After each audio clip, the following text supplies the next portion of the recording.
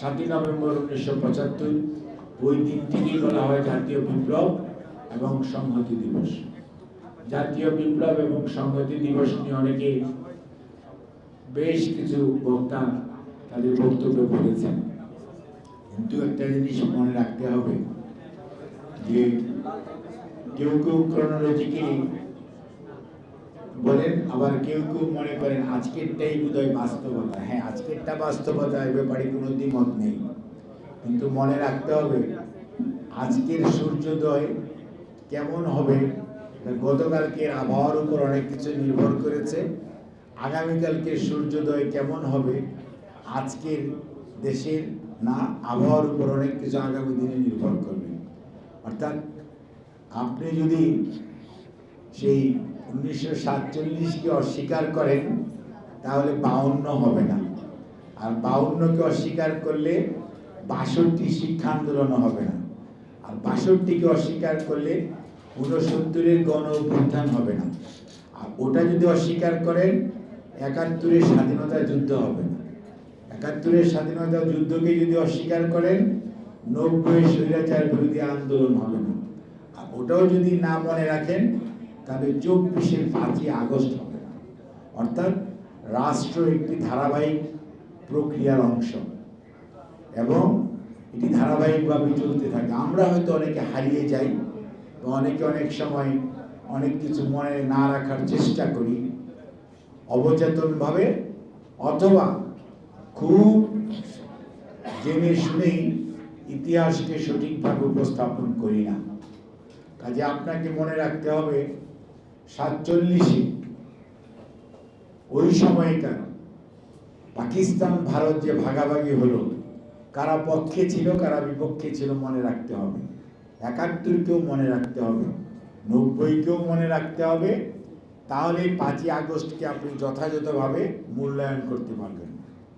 এখন আসা যাক 7ই নভেম্বর 1975 কেন আমরা জাতীয় বিপ্লব এবং সংহতি দিবস বললাম, কেন ওই সময়কার, তখন তো বিএনপি ছিল না, কোনো অঙ্গ সহযোগী সংগঠন ছিল না, তাহলে ওই সময়কার মানুষগুলো কেন জাতীয় বিপ্লব এবং সংহতি দিবস নাম করল? কেন মানুষগুলো শহীদ রাষ্ট্রপতি জিয়াউর রহমান বীরুত্তমের প্রতি আস্থা রাখে? অর্থাৎ ওই যে একটি কথা আছে, যাদের স্বাধীনতা ডাক দেওয়ার কথা ছিল তারা আত্মসমর্পণ করেছে, অনেকে ক্যাসেট নিয়ে ঘুরেছে, অনেকের বইয়ের মধ্যে লেখা আছে, তাই না? কিন্তু ওনারা কিন্তু ওনাদের বক্তব্য দেয় নাই কেন? যে পরবর্তীতে দেশদ্রোহী মামলা হতে পারে সেজন্য। এগুলো রেকর্ডেড ডকুমেন্ট। কাজেই ওই সময় যিনি সাহস করে এই যে আমরা বাংলাদেশের মানুষ 71 সনে যাদের যারা আমাদের মতো আমার চেয়ে একটু বয়োজ্যেষ্ঠ, তাদের সবার মনে থাকার কথা, আমরা তখন স্কুলে পড়ি, আমরা তখন বাঁশের লাঠি নিয়ে ট্রেনিং দিচ্ছিলাম, মার্চ মাসে স্বাধীনতা যুদ্ধ হবে বা এরকম একটা কিছু হবে, সেটার জন্য স্কুলের মাঠে মাঠে সব স্কুলে, বাংলাদেশের সকল স্কুলে চলছিল। সেই সময় কিন্তু আমরা স্বাধীনতার ডাক যাদের দেওয়ার কথা ছিল তাদের কাছ থেকে শুনি। আমরা কিন্তু 26 তারিখ 27 তারিখ রাত্রিবেলায় হালকা হালকা, তখন তো আর টেলিভিশন বা রেডিও এত বেশি ব্যাপক ছিল না, এবং তখন সেই কালুরঘাট বেতার কেন্দ্র থেকে যে আওয়াজটি এসেছিল সেটি হচ্ছে, আমি মেজর জিয়া বলছি, ইংরেজি এবং বাংলা দুইটা ল্যাঙ্গুয়েজে।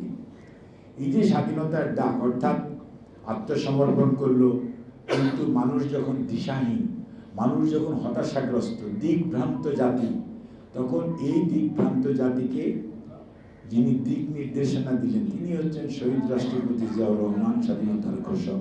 এবং দিয়েই উনি কিন্তু আত্মসমর্পণ করেন নাই, উনি কিন্তু অস্ত্র হাতে ওনার রেজিমেন্টে, 8ম ইস্ট বেঙ্গল রেজিমেন্টে কমান্ডার সহ যারা পাকিস্তানি সোলজার ছিল তাদেরকে গ্রেফতার, পরবর্তীতে তারা নিহত হয়েছে, আর তারপর অস্ত্র হাতে উনি যুদ্ধ করেছেন।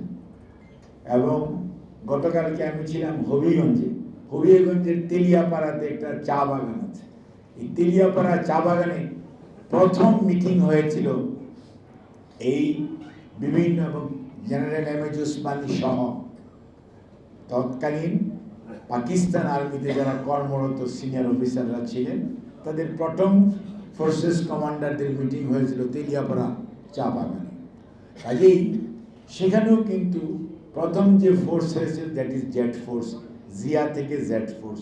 প্রথম যে সেক্টর হয়েছিল সেটি হচ্ছে 1 নাম্বার, সেটির commander in chief major Ziaur Rahman. কাজেই ওই মানুষটি ওই সময় দায়িত্ব পালন করেছে, দেশের মানুষ দেখেছে। স্বাধীনতা অর্জনের পর উনি কিন্তু ব্যারাকে ফেরত গিয়েছে। ব্যারাকে ফেরত যে ওনাকে ওনার আর্মি চিফ হওয়ার কথা ছিল, কিন্তু ওনাকে কিন্তু আর্মি চিফ করা হয়নি, কারণ he was the senior most major at that time. কিন্তু ওনার একজন জুনিয়রকে ওনার উপর বসিয়ে দেওয়া হলো একজন আর্মি চিফ হিসাবে। ওনাকে কুমিল্লা ক্যান্টনমেন্টে প্রথম ব্রিগেড কমান্ডার করা হয়েছে, কর্নেল থেকে ব্রিগেড কমান্ডার। তারপর উনি ডেপুটি আর্মি চিফ, কিন্তু উনি কিন্তু কোনো প্রতিবাদ করেননি। উনি কত সুশৃঙ্খল মানুষ যে উনি আর্মিতে ওনার জুনিয়রের অধীন deputy chief of army staff হিসেবে দায়িত্ব পালন করেছেন। অর্থাৎ একজন প্রফেশনাল সৈনিকের যা করা উচিত উনি কিন্তু তাই করেছেন। উনি কিন্তু যুদ্ধের পরে উনি বলতে পারতেন আমাকে এটা করে দাও, ওটা করে দাও। উনি কিন্তু এরকম কোনো দাবি তুলেননি। আজকে আমরা অনেকের দাবি দেখি না, তখন কিন্তু ওই মানুষটি সবচেয়ে বেশি দাবি করার কথা ছিল, কিন্তু ওই মানুষটি কোনো দাবি তুলেন নাই, বরঞ্চ প্রফেশনালিজমকে উনি আপহোল্ড করেছেন। সৈনিকের যে প্রফেশনালিজম থাকে, দেশপ্রেমের যে উৎকৃষ্ট উদাহরণ, সেটি স্থাপন করেছেন শহীদ রাষ্ট্রপতি জিয়াউর রহমান। এবং তারপর পরবর্তীতে আপনার 75-এ যা ঘটনা ঘটেছে, সেই ঘটনার সাথে সম্পৃক্ত আওয়ামী লীগ এবং তাদের দলের অন্তর্কন্দল। কিন্তু 3রা নভেম্বর 1975 একটি কু হয়, অর্থাৎ অভ্যুত্থান করে খালেদ মোশাররফ অভ্যুত্থান করার পর ব্রিগেডিয়ার খালেদ মোশাররফ ছিলেন তখন, উনিও একজন মুক্তিযোদ্ধা ছিলেন। ওনারা করার পর ওনারা জিয়াউর রহমান স্যারকে বন্দি করে, গৃহবন্দী করে ওনার বাসায় এবং মইনুল রোডে, যে বাসাতে উনি ছিলেন সেখানে। আর উনি নিজে স্বঘোষিত আর্মি চিফ হন এবং উনি 3 তারিখ রাত্রিবেলায় এই জেলখানার হত্যাকাণ্ড ঘটে। জিয়াউর রহমান স্যার কিন্তু তখন বন্দি, আর্মি চিফ কিন্তু তখন খালেদ মোশাররফ, এবং রাষ্ট্রপতি তখন কিন্তু মুশতাক তখনও আছে। তার পরবর্তীতে তারা এখানে রাষ্ট্রপতি পরিবর্তন করে আবু সাদাত মোহাম্মদ সায়েমকে নিয়ে আসেন এবং উনি মেজর জেনারেল হয়ে যায় 7 তারিখে। যখন এরকম একটি সিচুয়েশন, তখন আওয়ামী লীগ এবং সিপিবি সহ কয়েকটি রাজনৈতিক দল ঢাকা বিশ্ববিদ্যালয় থেকে মিছিল বের করে। কেন? সেই সময়কার যে নৈরাজ্যকারীদের পক্ষে। তখন দেশের মানুষ যখন মনে করেছে দেশের স্বাধীনতা এবং সার্বভৌমত্ব বিলুপ্ত হওয়ার পথে, তখন সৈনিকরা, দেশপ্রেমিক সৈনিকরা এবং সেনাবাহিনী বসে থাকে না, তখন কিন্তু তারা রুখে দাঁড়িয়েছে। এবং তখন তারা মনে করেছে এই সময়ে যিনি নেতৃত্ব দিতে পারেন তিনি হচ্ছেন স্বাধীনতার সময় যিনি ডাক দিয়েছিলেন, জাতিকে ঐক্যবদ্ধ করেছিলেন। এখন বিভ্রান্ত এই জাতিকে যে ঐক্যবদ্ধ করতে হয়, আবারও জিয়াউর রহমানকে দরকার। সেই জন্যই ওনারা যে সিপাহী জনতা যে ওনাকে বন্দি দশা থেকে মুক্ত করে নিয়ে আসে, এবং ঢাকা সহ নয় সারা বাংলাদেশের মানুষ জিয়াউর রহমানের প্রতি আস্থা রাখে। তার প্রমাণ আপনারা ওই সময়কার যে ছবিগুলো আছেন ব্ল্যাক অ্যান্ড হোয়াইট, দেখবেন ট্যাঙ্কের মধ্যে সাধারণ মানুষ এবং সৈনিকরা, ট্রাকের মধ্যে ঢাকার রাজপথে, যেমন আমাদের রফিকুল কবির লাভু ভাই বলেছেন, দ্যাট ওয়াজ দি রিয়েলিটি। অর্থাৎ ওইটাই ওই সময়কার বাস্তবতা। এবং সারা দেশের মানুষ তখন রোজা রেখেছে, তারা দেশের মানুষ তখন আনন্দিত হয়েছে, এবং সারা দেশের মানুষ শহীদ জিয়ার প্রতি তাদের আনুগত্য প্রকাশ করেছে। সিপাহী জনতা এসে ওনাকে এনে ক্ষমতায় বসিয়েছে, দায়িত্ব দিয়েছে। কাজেই জিয়াউর রহমান নিজে কোনো ক্ষমতা নেয় নাই, এবং মার্শাল ল জারি করছে ওনারাই। বরঞ্চ শহীদ রাষ্ট্রপতি জিয়াউর রহমান দায়িত্ব নেওয়ার পর এই যে এই দিগ্ভ্রান্ত জাতি, এই যে বিভক্ত জাতি, এতে ঐক্যবদ্ধ করার জন্য উনি তখন কি করলেন? উনি জাতিকে ঐক্যবদ্ধ করার জন্য আমাদের যে পরিচয়, অর্থাৎ আমরা এক সময় ছিলাম বাঙালি, কেউ ছিলাম পাহাড়ি, এবং বিভিন্নভাবে আমাদেরকে রং দেওয়ার চেষ্টা করা হতো। কাউকে বলা হতো স্বাধীনতার পক্ষের মানুষ, কাউকে বলা হতো বিপক্ষের মানুষ। কিন্তু এই বিভক্ত জাতি কখনোই উন্নতি করতে পারে না যদি ঐক্য না থাকে। ঐক্যবদ্ধ জাতি পারে তার সেই দেশকে সামনের দিকে এগিয়ে নিয়ে যেতে।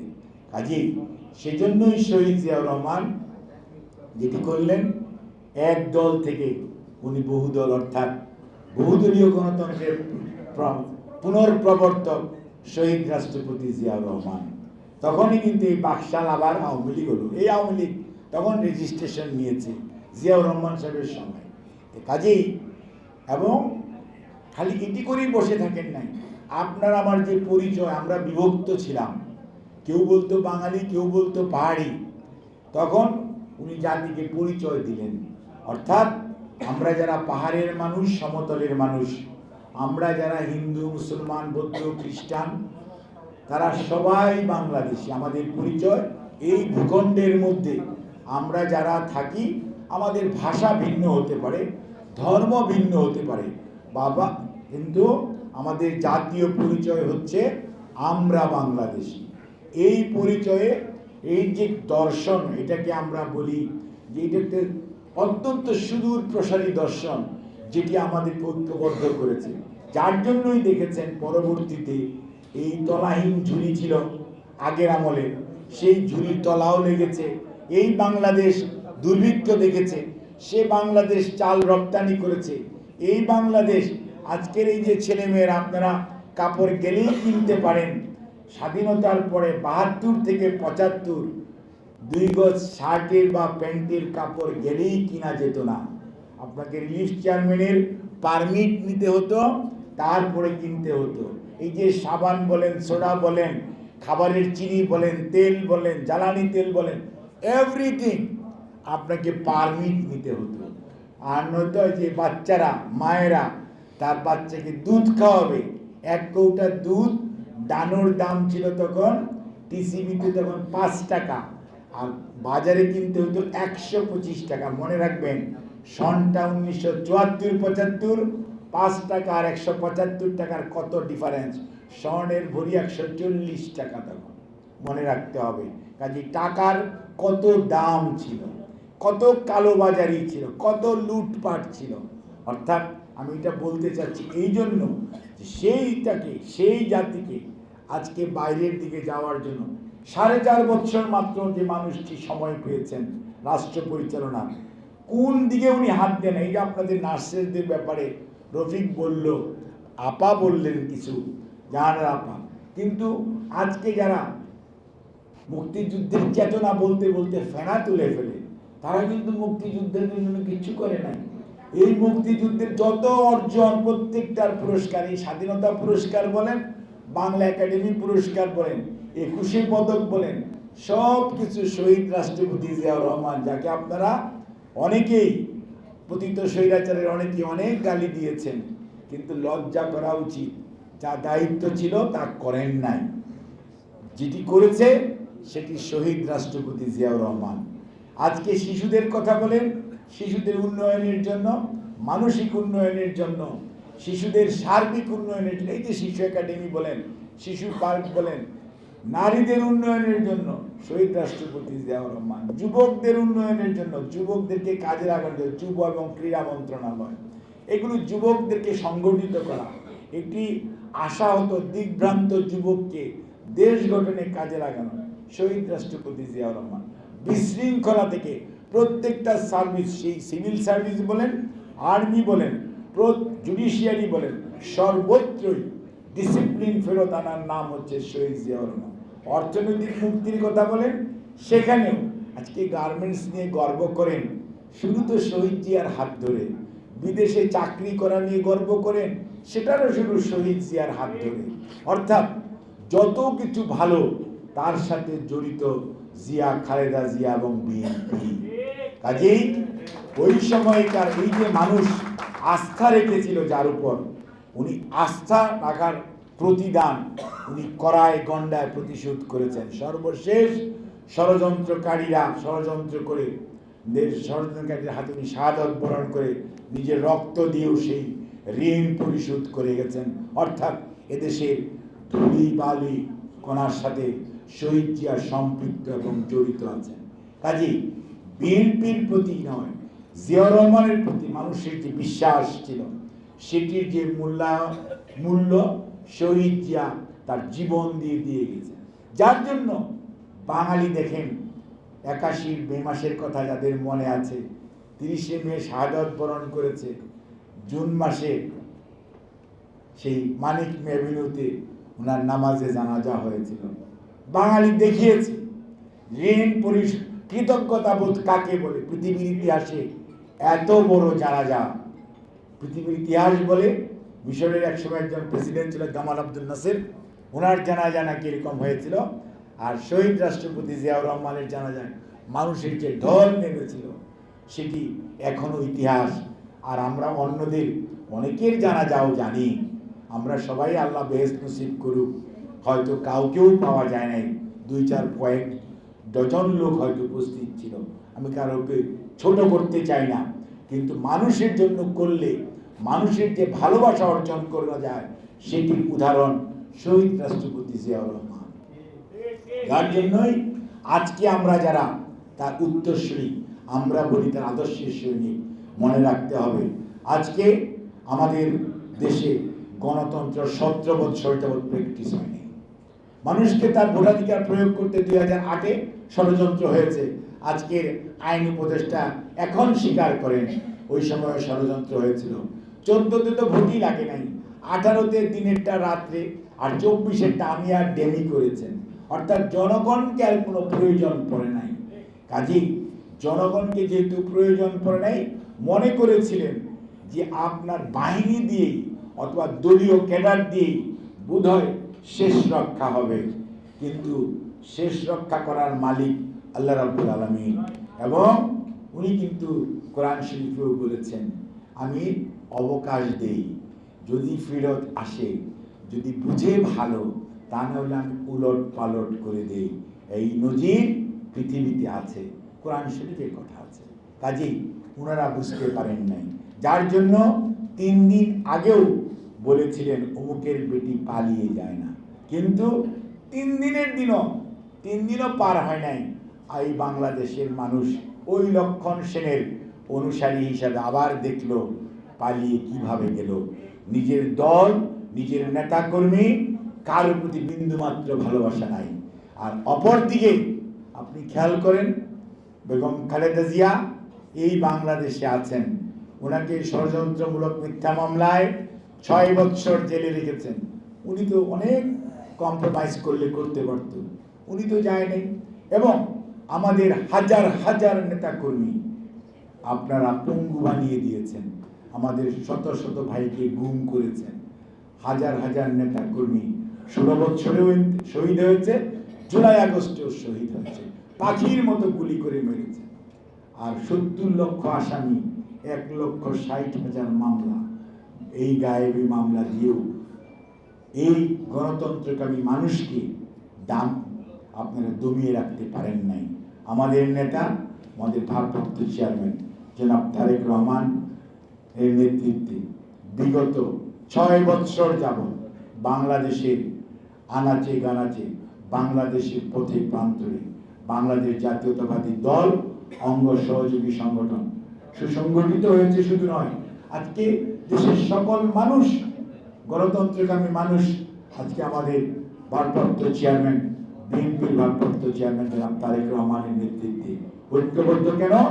উনি আমাদের নেত্রী, দেশনেত্রী বেগম খালেদা জিয়া 2017-তে কর্মসূচি দিয়েছিলেন ভিশন 2030, এবং আমাদের নেতা জনাব তারেক রহমান 2022-এর ডিসেম্বরে কর্মসূচি দিয়েছিলেন 27 দফা রাষ্ট্র মেরামতের কর্মসূচি, মনে থাকার কথা আপনাদের। আর 23-এ জুলাই মাসে আমাদের নেতার এবং আন্দোলনকামী যুগপৎ আন্দোলনের সকল রাজনৈতিক নেতৃত্ব মিলে 27কে 31 দফা রাষ্ট্র মেরামতের কর্মসূচি সংস্কার কর্মসূচি ঘোষণা করেছেন, যার নেতৃত্ব দিচ্ছেন তারেক রহমান, এবং যেটি আজকে জনগণের 31 দফা রাষ্ট্র সংস্কারের প্রস্তাবনা। কাজেই বিএনপি শুধু নিজের কথা বলে তা না, বিএনপি রাষ্ট্রের কথা বলে, আগামী দিনের কথা বলে, এবং সংস্কার একটি চলমান প্রক্রিয়া। দেশ থাকবে, কাজেই আমি আপনি থাকবো না, সংস্কার কিন্তু চলতেই থাকবে। কাজেই মনে রাখতে হবে বিএনপি সবসময়ই অনেক দূরদৃষ্টি সম্পন্ন নেতা যেমন ছিলেন আমাদের প্রতিষ্ঠাতা শহীদ রাষ্ট্রপতি জিয়াউর রহমান, আমাদের নেত্রী বেগম খালেদা জিয়া। আপনি দেখেন তো এই দেশে আজকে যে নারী শিক্ষা, তার আলোকবর্তিকা যদি বেগম রোকেয়ার পরে কাকে বলতে হয়, সেটি হচ্ছে বেগম খালেদা জিয়া। কারণ এই নারী শিক্ষার জন্য এদেরকে বিনা পয়সায় প্রথম বই দেওয়া, তারপরে বিনা পয়সায় স্কুল কলেজে পড়তে দেওয়া, এবং তারপরে আজকে নারী বিষয়ক মন্ত্রণালয় আন্দোলনের কথা বলেন, এটাও তো খালেদা জিয়া। মুক্তিযুদ্ধ বিষয়ক মন্ত্রণালয় বলেন, এটাও খালেদা জিয়া। অর্থাৎ আপনি এই দেশে যত মঙ্গল, যত ভালো কিছু, প্রত্যেকটার পিছনে জড়িত আছে শহীদ জিয়া, খালেদা জিয়া এবং বিএনপি। কাজেই আজকে আমাদের নেতা জনাব তারেক রহমান দেশের মানুষকে যেভাবে ঐক্যবদ্ধ করেছেন 31 দফা রাষ্ট্র মেরামতের কর্মসূচি দিয়ে, এবং দেশের রাজনৈতিক দল সেটি গ্রহণ করেছে।